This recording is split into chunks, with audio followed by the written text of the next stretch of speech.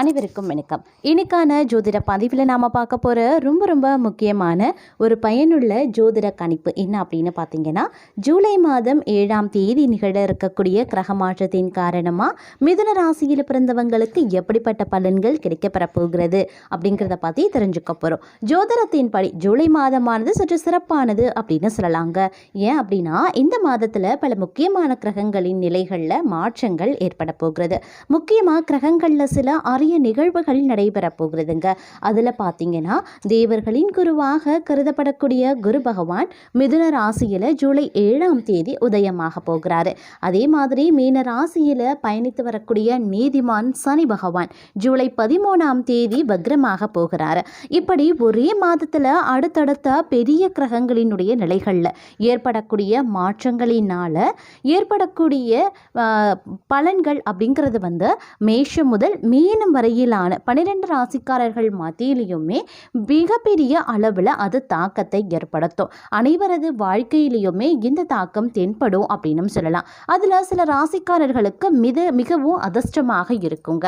குறிப்பாக சொல்லணும்னா, அந்த ராசிக்காரர்களுக்கு, அதாவது அதிர்ஷ்டம் கிடைக்கக்கூடிய ராசிக்காரர்களுக்கு திடீரென பணம் தேடி வரும், தொழில முன்னேற்றத்திற்கான வாய்ப்புகள் இருக்குது. அதே சமயம் மற்றொரு புறம் சில ராசிக்கு மோசமான விளைவுகள் ஏற்படும். குறிப்பாக சொல்லணும்னா, உங்களுடைய வாழ்க்கையில் திடீர் பண நெருக்கடி ஏற்படலாம், விபத்துக்கள் ஏற்படலாம், சாதகமற்ற விளைவுகள் நிறைய ஏற்படும். இந்த மாதிரியான பலன்கள் கிடைக்கப்பெறும்.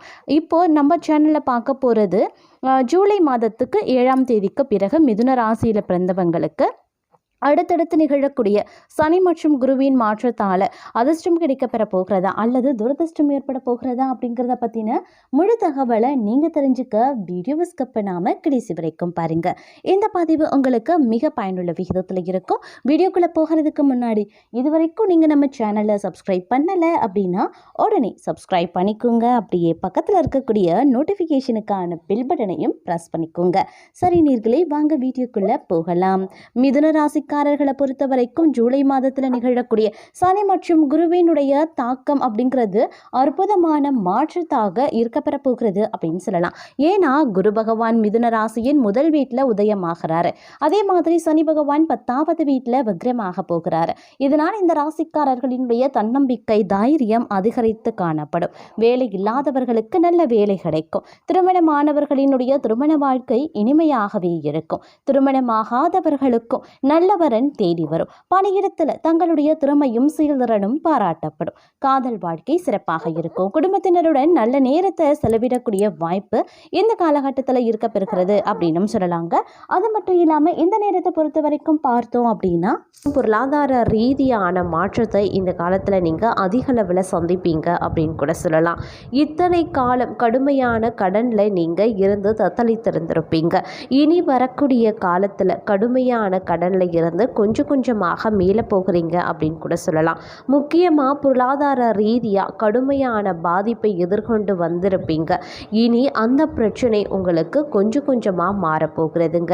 இருப்பினும் இந்த காலகட்டத்தை பொறுத்த வரைக்கும் எதையுமே யோசிக்காமல் உங்களுடைய மனைவி பேச்சை கேட்க வேண்டியது அவசியமாகிறது. ஆண்களை பொறுத்த வரைக்கும், மிதுன ராசியில் பிறந்த ஆண்களை பொறுத்த வரைக்கும் எந்த ஒரு விஷயத்தையும் யோசிக்காமல் உங்களுடைய மனைவி என்ன சொல்கிறாங்க அப்படிங்கிறத கேட்டு அதன் பிரகாரம் நீங்கள் நடந்து கொண்டீங்க அப்படின்னா இந்த ஆடி மாதம் உங்களுக்கு ஒரு சுபிக்ஷமான, மங்களகரமான, அற்புதமான மாதமாக அமையப்பெறும் அப்படிங்கிறதுல எந்தவித சந்தேகமும் கிடையாது.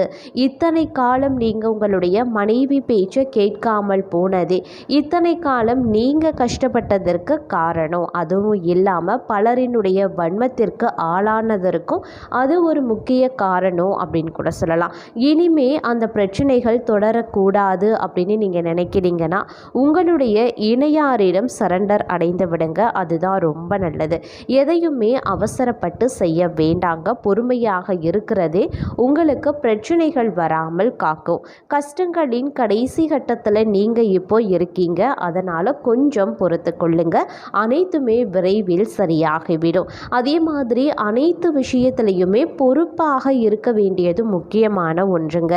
எப்பெல்லாம் நீங்கள் உங்களுடைய பொறுப்புகளை தவற விடுகிறீர்களோ அப்பெல்லாம் நீங்கள் பிரச்சனையில் சிக்க தயாராக இருப்பீங்க. ஏன்னா நிறைய பிரச்சனைகளை நீங்கள் சிக்கியிருப்பீங்க. அதற்கு முக்கிய காரணம் பார்த்தீங்க அப்படின்னா பொறுப்பில் இருந்து தவறுவது, பொறுப்பில்லாமல் நடந்து கொள்வது அப்படிங்கிறது தாங்க. அதனால் கொஞ்சம் பொறுப்புணர்வுடன் நடந்து கொள்ள பாருங்கள். எதையுமே யோசித்து செய்ய பாருங்கள். ஒவ்வொரு படியையும் பார்த்து பார்த்து வைப்பது அவசியம். முக்கியமாக வேலை பார்க்கக்கூடிய இடங்களில், படிக்கக்கூடிய இடங்களில் பொறுப்பாக இருக்க வேண்டியது ரொம்ப ரொம்ப முக்கியங்க. எல்லா விஷயத்துலையும் என்னால் இப்படி பொறுப்பாக இருக்க முடியும் அப்படின்னு கேட்பீங்க ஒரு சிலர். அதுக்காக குறிப்பிட்ட சில விஷயங்கள், உங்களுடைய பணி சார்ந்த விஷயங்கள், முக்கியமாக நீங்கள் வேலை பார்க்கக்கூடிய இடத்துலையும், நீங்கள் படிக்கிறீங்க அப்படின்னா உங்களுடைய படிப்பு இடங்கள்லையும் பார்த்தீங்க அப்படின்னா கொஞ்சம் பொறுப்பாக நடந்து கொள்ளுங்க. அது ரொம்ப ரொம்ப முக்கியம். அதே மாதிரி ஒவ்வொரு முடிவையும் நீங்கள் மிக கவனமாக எடுக்கணும். அப்போ தான் உங்களுக்கு நல்லது நடக்கும். உங்களுக்கு உடல் ரீதியான பிரச்சனைகள் இருக்கும். அதனால் உடல் ரீதியான பிரச்சனைகள் வருது அப்படின்னா அதற்கு உரிய மருத்துவரை உடனடியாக அணுகுவதும் ரொம்ப ரொம்ப நல்லதுங்க. ஆரோக்கிய விஷயத்தில் பார்த்தீங்க அப்படின்னா எக்காரணத்தை கொண்டு நீங்கள் அலட்சியம் காட்டக்கூடாது. இத்தனை காலம் பார்த்தீங்க அப்படின்னா உங்களுக்கு வயிற்று பிரச்சனை, குடல் பிரச்சனை, கிட்னி பிரச்சனை இருந்திருக்கலாம். இனிமே அப்படிப்பட்ட எந்தவித பிரச்சனைகளும் உங்களுக்கு வராது. அதே மாதிரி ஆரோக்கியத்தில் கொஞ்சம் கவனமாக இருங்க. அந்த மாதிரி நீங்கள் கொஞ்சம் கவனமாக இருக்கக்கூடிய பட்சத்தில் பெரும்பாலும் ஆரோக்கிய பிரச்சனைகளை உங்களால் தவிர்க்க முடியும் அப்படின்னு கூட சொல்லலாம். அதே மாதிரி பெண்களுக்கும் பார்த்தீங்க அப்படின்னா ஆரோக்கிய ரீதியான சில பிரச்சனைகள் வரதாங்க செய்யும். அதனால் வீடு வேலை அப்படின்னு இல்லாமல் உங்களுடைய ஆரோக்கியத்திலையும் கொஞ்சம் கவனமாக இருக்க பாருங்க. அதே சமயம் திருமண வாழ்க்கையில் நிலவிய சில பிரச்சனைகள் அனைத்துமே மாதப்பிற பகுதியில் உங்களுக்கு சரியாக ஆரம்பிச்சிடும். கொஞ்சம் கொஞ்சமாக சரியாகும். முழுமையாக சரியாக கொஞ்சம் நேரம் எடுக்கும். ரொம்ப நேரம் நான் காத்திருக்கணுமா அப்படின்னு கேட்க வேண்டாம். நீங்கள் கொஞ்சம் காத்திருந்தால் போதும். இந்த ஆடி மாதத்தினுடைய பிற்பகுதி, அதாவது கடைசி 25 நாட்களில் இருந்து உங்களுடைய அனைத்து வித பிரச்சனைகளும் பார்த்தீங்க அப்படின்னா கொஞ்சம் கொஞ்சமாக படிப்படியாக குறைய ஆரம்பித்து அடுத்த 2 மாதத்திற்குள்ள முழுமையாக உங்களுடைய பிரச்சனைகள் அனைத்துமே ஒரு முடிவுக்கு வந்துவிடும் அப்படின்னு கூட சொல்லலாம். அதே மாதிரி ஒரு சில பெண்களுக்கு பார்த்தீங்க அப்படின்னா மாதவிடாய் பிரச்சனைகள் அடிக்கடி ஏற்படலாம். அதனால் கவனமாகிருங்க.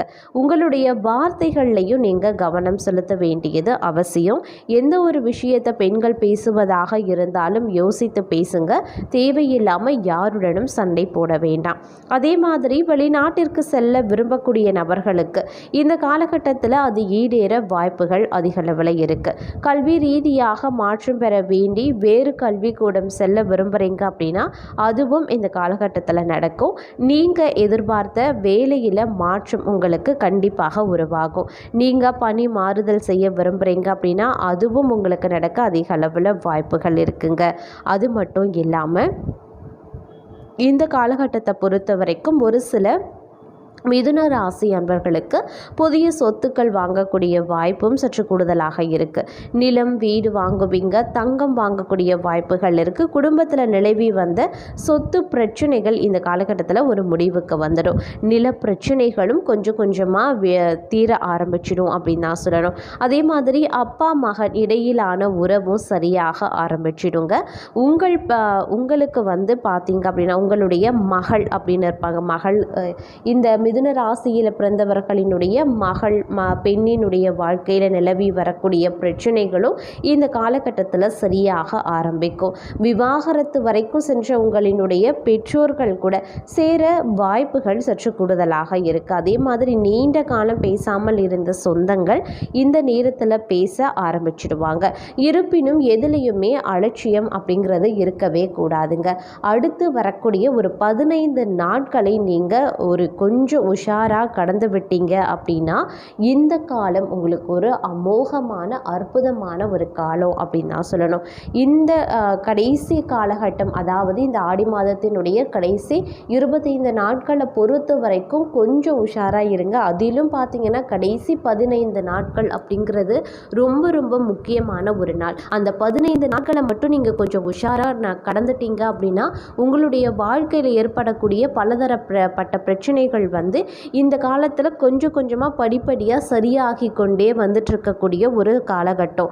நீங்கள் அப்படி சரியாகிட்டு வரக்கூடிய இந்த நேரத்தில் நீங்கள் கவனமாக இல்லை, அலட்சியமாக இருக்கீங்க, இல்லை ஏதேனும் ஒரு உங்களுடைய பொறுப்பில்லா தன்மையினால் ஏதேனும் ஒரு பிரச்சனையில் சிக்கிறீங்க அப்படின்னா உங்களுடைய வாழ்க்கையில் சரியாகக்கூடிய அனைத்துமே மறுபடியும் உங்களுக்கு மீண்டும் உருவாக ஆரம்பிச்சிடும். மறுபடியும் ஃபர்ஸ்ட்லேருந்து நீங்கள் அனைத்து வித பிரச்சனைகளையும் நீங்கள் சந்திக்க தயாராக வேண்டிய சூழ்நிலை உருவாகிடும்.